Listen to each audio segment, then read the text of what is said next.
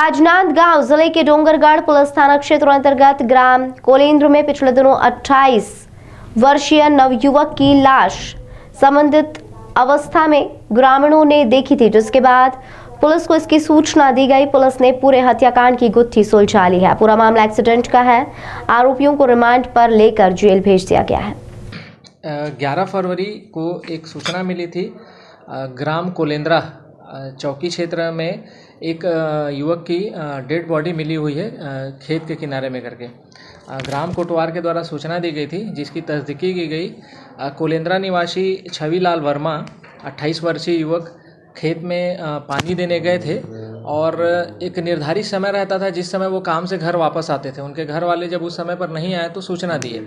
Spot पर देखे कि उनकी बॉडी है और मिली हुई है और सर पे गंभीर चोट थी, जैसे किसी डंडे या पत्थर से मार दिया गया है। सर पे बहुत घातक चोट।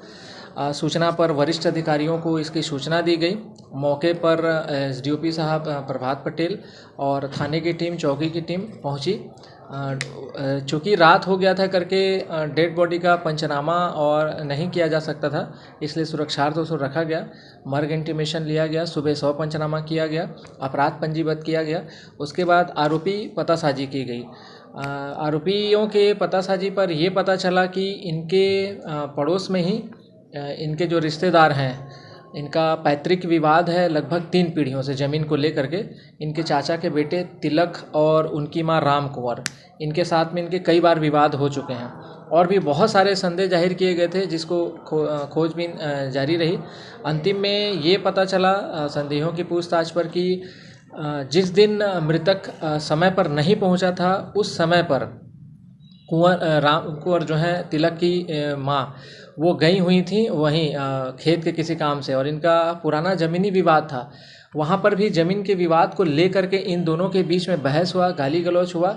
राम कुंवर ने पत्थर और डंडे से छवि को सर पे चोट पहुँचाया, जिससे उसकी वहाँ पर मृत्यु हो गई। इस बात की जानकारी इसने घर में जा कर के अपने बेटे तिलक को दी।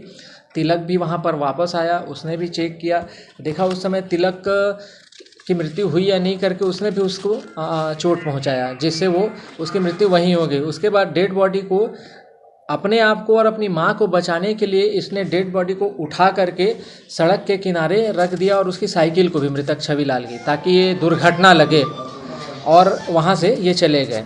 पूछताछ हिरासत में लेकर के इनकी पूछताछ की गई।